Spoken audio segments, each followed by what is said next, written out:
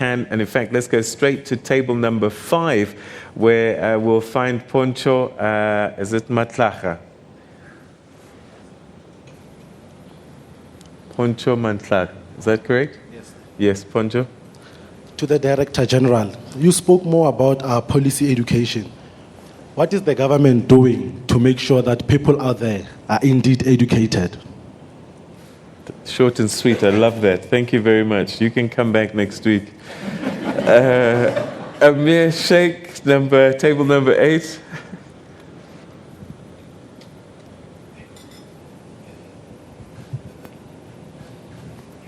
Thank you very much, Peter, and to your excellent, panelists. Mine will actually be short, 2 questions. But before that, as a migrant representative, I would appreciate if I do not appreciate the welcoming and the hospitality of the South Africans. Truly, we enjoy your hospitality, and it is through you that actually we are in this country. I will also I will also love actually to thank our government under the wise leadership of JZ, our Jacob Zuma, and the technocrat who is representing the Department of Home Affairs today. Because South Africa, I have actually been into many African countries, and it is very rare actually to have a country like South Africa, because many will talk of porous border, but the reception we get in South Africa cannot be matched with any country actually in the globe. You come today, as the DG put it, you get your Section 23 from the border. In 5 days, at least you have your Section 22. And if you are lucky like me, in 2 months you will get your status. So you will not get that actually in any other country. Thank you very much, South Africa.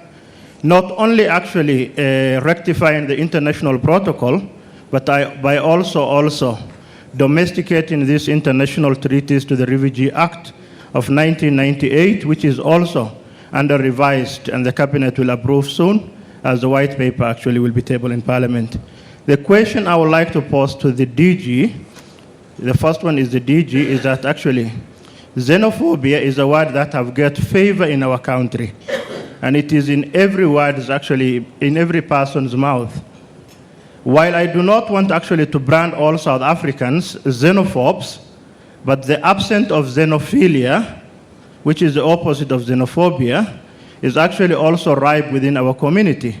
Hence, you cannot rule out that there are many xenophobes as much as there are actually many xenophilic South Africans. Is it not wise for your department to bring back the xenophobia rollback campaign within the department? That is a question to you. And the question to the panel I would like to put to all is, we talk much about xenophobia. And when we talk of xenophobia, we talk of actually the community at the grassroots. And these are the communities that have welcomed us. These are the communities that we open the spaces. These are the most welcoming South African, yet we do not have the audacity to talk about actually the institutionalized xenophobia that Mark Bafu have actually spoken about. It is only 3 days or 4 days ago, DG, that when we had this unrest, a school in the middle of Johannesburg by the name of Eastleigh Primary School have issued a letter to our parents, or parents like me, urging our students that if they are not documented or their families and parents are not documented, the police will collect them.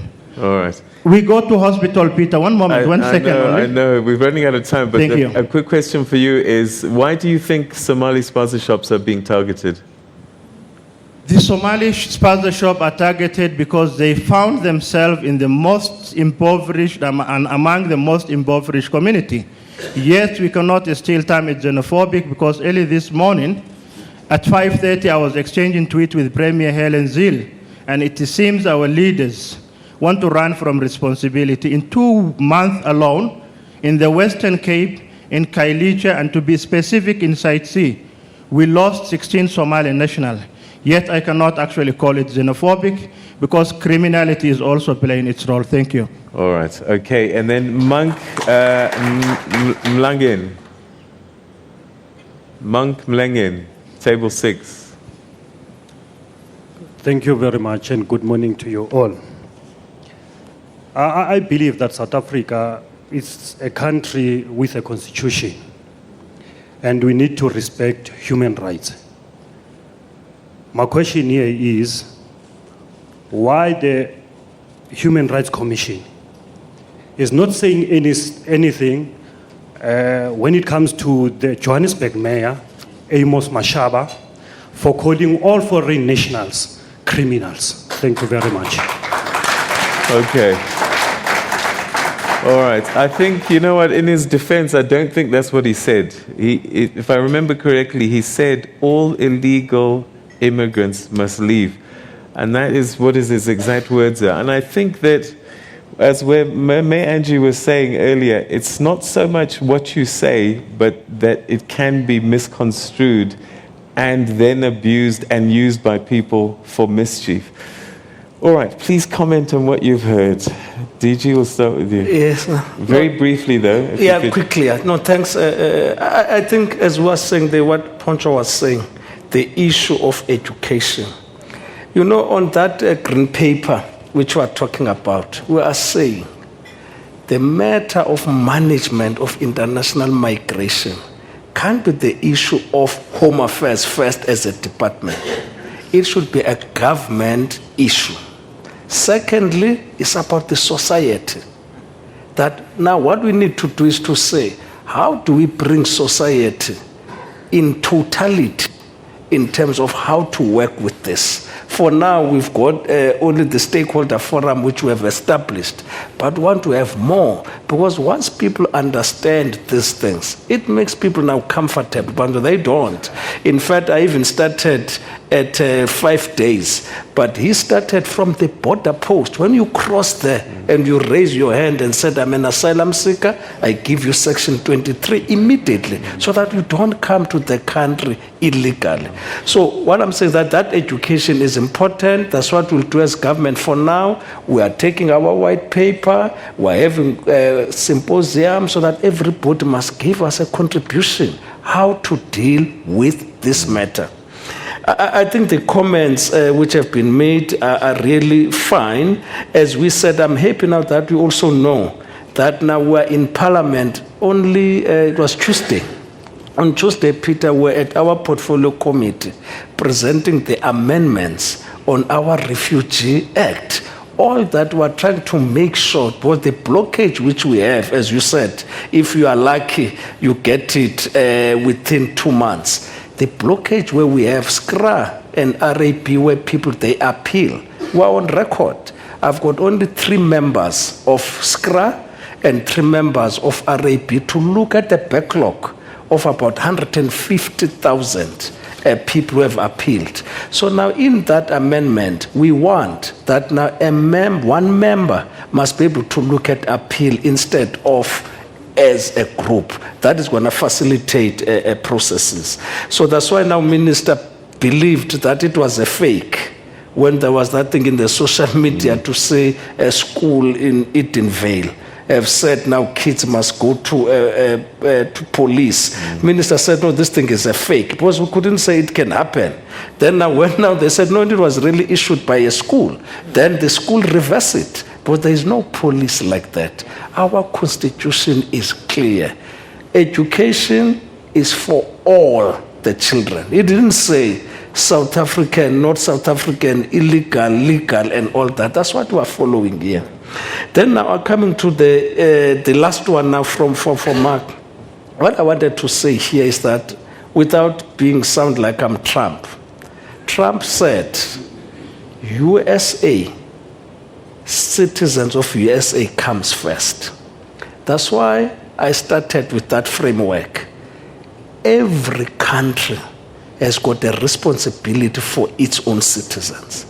That's why, Peter, now when they says tax is going to be increased for a bracket of 1.5 and up, where that tax goes to is to support the citizens of this country and is paid by the citizens of this country. Why other countries are not doing the same to look after their own citizens as far as the economic issues? But if in your country now you are persecuted, we will welcome you, we will deal with you. We did amnesty for Zimbabweans as an example. The people who applied at that time was about 275,000. Then we said, that is the number, we have extended those permits. But did they stop? No. They're still coming to our country. So if we don't do that, we're going to be sitting with these xenophobic attacks because people are fighting for issues of poverty, inequality, and all those things. So we need to deal with them. So countries in the continent, we must look after our own citizens.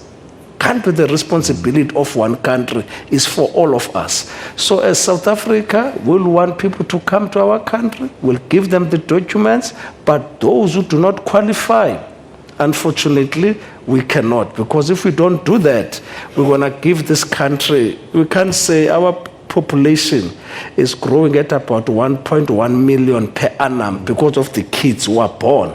But we can't say that, but at the same time, we are meaning 2.5 million. So it must be that 1.5 million, and we grant those which have to be granted. That's why now last week, the judge president we were naturalizing about 500 people. When we naturalized, we give you the citizenship of South Africa. We're doing that because those people are deserving, but we can't promote illegality. Okay. Thanks. Ms. Sarah, are we trying to go against human nature? If we go back in history, in fact, I was reading an interesting article just the other day, and it seems that it says populism, racism, and xenophobia have infected Europe. We're seeing it in America. And as I said, I can take you back to biblical times, and it seems that this is just human nature, that anything that is not us, we have this natural fear or natural distancing. Is this not what we're seeing? I disagree, Peter. Every phenomenon can be learned and unlearned. It's a question of power.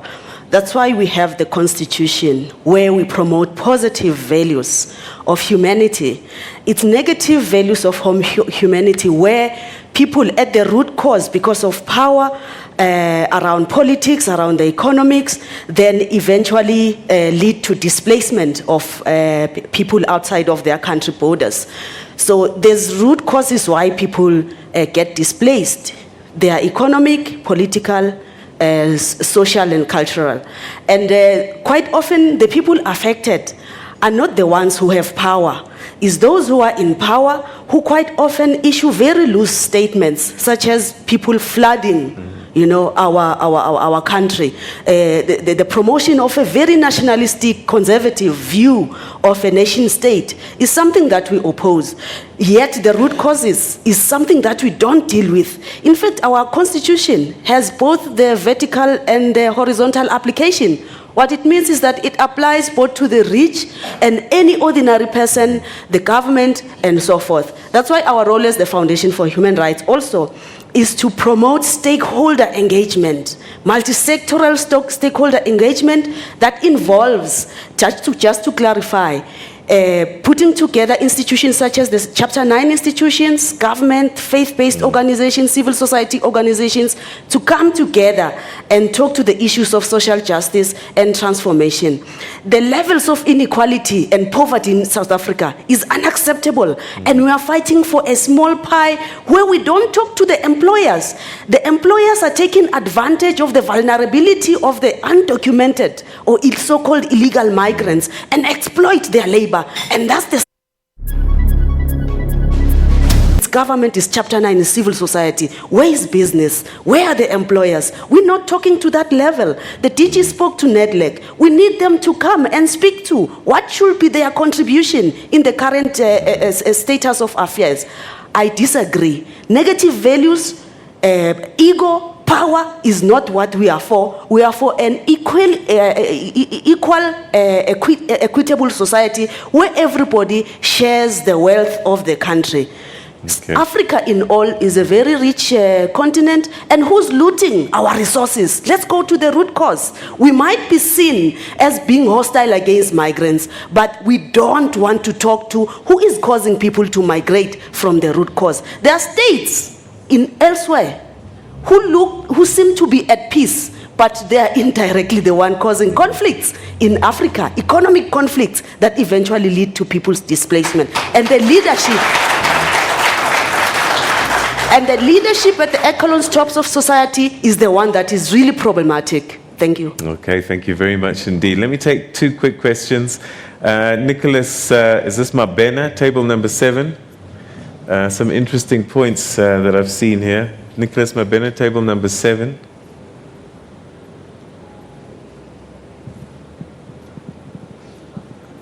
Thank you, Peter, and everyone. Let me not ask the question that I wanted to ask, but... I wanted you to ask that one. Well, I brought that, my comment was that this, in our view, we see the third force involvement, because with the 26.6% unemployment in South Africa, you see the rise of right-wing political formations that are then using us as migrants to fight their political battles. If you look at what happened in GP's town, it's clear that it is criminal. You had people that had to go and raid shops in the middle of the night when no one was there. So in our view, we have these criminals that are taking advantage of that. But the point that I want to drive home is that in terms of finding the solution, as long as you have a country like Zimbabwe that refuses its migrants who are in South Africa to participate in the electoral process in Zimbabwe, if you have a Zimbabwe that does not respect its constitution, a Zimbabwe that does not respect conducting free and fair elections, you will have an outcome which is contested in 2018. And the result of that is that we'll continue having Zimbabweans pouring into South Africa. It then speaks to the South African foreign policy. What is its attitude to the question of Zimbabwe? I know the DJ will not answer his at Home Affairs, but I think we need to take that debate further to say, what is the ANC, the South African government, its policy towards Zimbabwe? Because as long as we have an undemocratic Zimbabwe, we are going to have these challenges. Thank you. Okay, thank you very much indeed. All right, so here's the thing. We've run out of time, but 30 seconds each. Incorporate some of the things that you've heard and give us your final points. I'm going to start with you, Mayor Sarah. So 30 seconds, literally. What final thoughts you want to leave us with as we grapple with this? It's clear that some actions are xenophobic, but by far away, the majority of South Africans are not xenophobes. So how do we deal with this? The frustration at the grassroots level, where majority of our people are, the lack of space to participate in local municipal decision-making processes of the integrated development plan. We need to make sure that the municipality structures work better, services people better, so that the service delivery issues that we are facing, they are then dealt with, including the economic issues that the broader majority of South Africans are facing. Thank you very much indeed. Monsieur Bafo? Ours is to once again make a call to the Department of Home Affairs to assist the migrant community, both those who are economic migrants and those who are asylum seekers. The reality is that they're living here and they need to be documented. The current policy which says that you have to go back to your country to renew your permit or to change your status doesn't help, because some don't have the means to even buy air flight tickets to go back to the country and change their status. If you want migrants who are legal in the country, let us speak to that. If we don't do it, we will be talking about the same thing. People will be stranded to get the permit, and they cannot open a bank account. They cannot contribute to pay tax. They cannot open businesses to actually employ South Africans and reduce the unemployment rates. So we're making this appeal to the department to make that effort. They made it in the past. They can do it, and also we're encouraging government to be able to check these borders before people fly here. Angie? Peter, I think I need to mention the fact that the mandate of the Human Rights Commission is to promote and protect human rights and to educate South Africans. So we need training, We need dialogue. We need to talk to make sure that our people understand the value of human rights.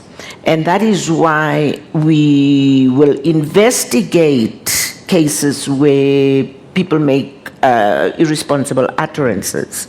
So that is our mandate. It is a very wide mandate, but we are attending to it. Somebody mentioned the issue of recommendations, implementing those recommendations, and we are giving serious attention to that. Okay, and finally, DG? No, thanks, Peter. No, as government of South Africa, as the president have said that as a country we are not xenophobic. There might be individuals there which are doing something which is not correct, which we are not condoning.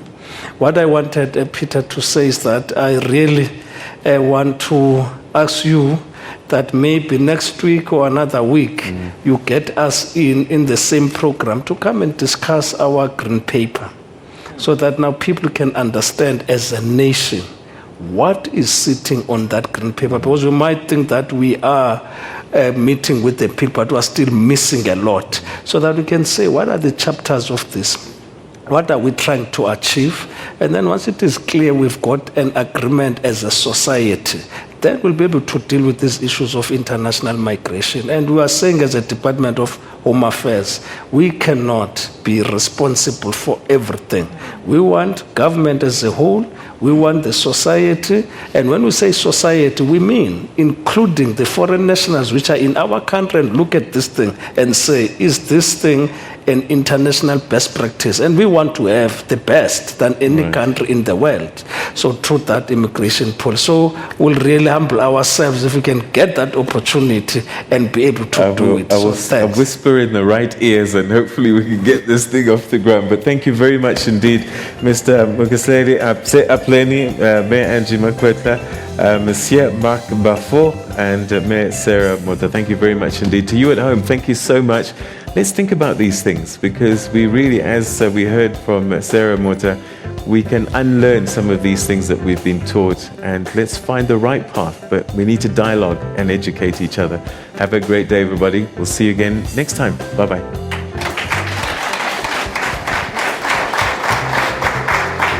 Okay, stand by, everyone. Sit down.